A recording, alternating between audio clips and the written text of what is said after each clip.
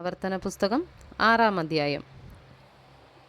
നിങ്ങൾ കൈവശമാക്കാൻ കടന്നു ചെല്ലുന്ന ദേശത്ത് നിങ്ങൾ അനുസരിച്ച് നടക്കേണ്ടതിനും നിന്റെ ജീവകാലമൊക്കെയും നീ നിന്റെ മകനും മകൻ്റെ മകനും ഞാൻ നിന്നോട് കൽപ്പിക്കുന്ന നിന്റെ ദൈവമായ യഹോവയുടെ എല്ലാ ചട്ടങ്ങളും കൽപ്പനകളും പ്രമാണിപ്പന്തക്കോണം അവനെ ഭയപ്പെടേണ്ടതിനും നീ ദീർഘായുസ്സോടെ ഇരിക്കേണ്ടതിനുമായി നിങ്ങളുടെ ദൈവമായ യഹോവ നിങ്ങൾക്ക് ഉപദേശിച്ച് തരുവാൻ കൽപ്പിച്ചിട്ടുള്ള കൽപ്പനകളും ചട്ടങ്ങളും വിധികളും ഇവയാകുന്നു.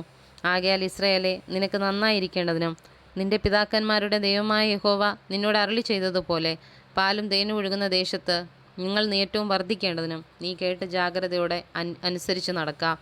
ഇസ്രായേലേ, കേൾക്ക, യഹോവ നമ്മുടെ ദൈവമാകുന്നു. യഹോവ ഏകൻ തന്നെ. നിന്റെ ദൈവമായ യഹോവയെ നീ പൂർണ്ണ ഹൃദയത്തോടും പൂർണ്ണ മനസ്സോടും പൂർണ്ണ ശക്തിയോടും കൂടെ സ്നേഹിക്കണം. ഇന്നു ഞാൻ നിന്നോട് കൽപ്പിക്കുന്ന ഈ വചനങ്ങൾ നിന്റെ ഹൃദയത്തിൽ ഇരിക്കണം. നീ അവയെ നിന്റെ മക്കൾക്ക് ഉപദേശിച്ചു കൊടുക്കുകയും നീ വീട്ടിലിരിക്കുമ്പോഴും വഴി നടക്കുമ്പോഴും കിടക്കുമ്പോഴും എഴുന്നേൽക്കുമ്പോഴും അവയെക്കുറിച്ച് സംസാരിക്കുകയും വേണം. അവയെ അടയാളമായി നിന്റെ കൈമേൽ കെട്ടണം. അവ നിന്റെ കണ്ണുകൾക്ക് മധ്യേ പട്ടമായി ഇരിക്കണം.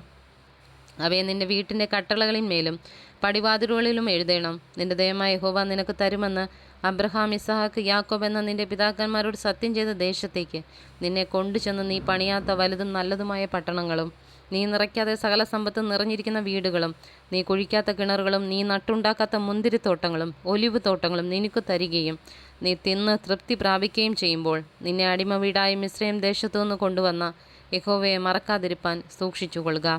നിന്റെ ദൈവമായ യഹോവയെ ഭയപ്പെട്ട് അവനെ സേവിക്കണം. അവൻ്റെ നാമത്തിൽ സത്യം ചെയ്യണം. നിന്റെ ദൈവമായ യഹോവയുടെ കോപം നിനക്ക് വിരോധമായി ജ്വലിച്ച് നിന്നെ ഭൂമിയിൽ നിന്ന് നശിപ്പിക്കാതിരിപ്പാൻ ചുറ്റുമിരിക്കുന്ന ജാതികളുടെ ദേവന്മാരായ അന്യ ദൈവങ്ങളുടെ പിന്നാലെ നീ പോകരുത്. നിന്റെ ദൈവമായ യഹോവ നിങ്ങളുടെ മധ്യേ തീക്ഷ്ണതയുള്ള ദൈവമാകുന്നു.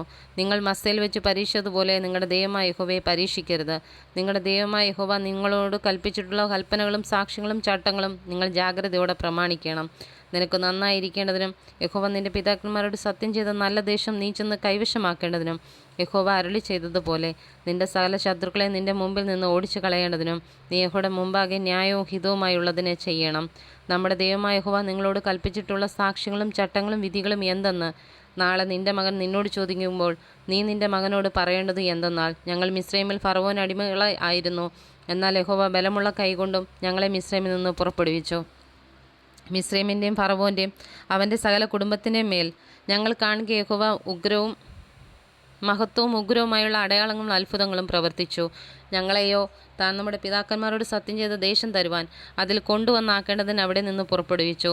എല്ലായ്പ്പോഴും നമുക്ക് നന്നായിരിക്കേണ്ടതിനും ഇന്നത്തെ പോലെ അവൻ നമ്മെ ജീവനോടെ രക്ഷിക്കേണ്ടതിനുമായി നാം നമ്മുടെ ദൈവമായ യഹോവയെ ഭയപ്പെടുവാനും ഈ എല്ലാ ചട്ടങ്ങളെയും ആചരിപ്പാനും യഹോവ നമ്മോട് കൽപ്പിച്ചു.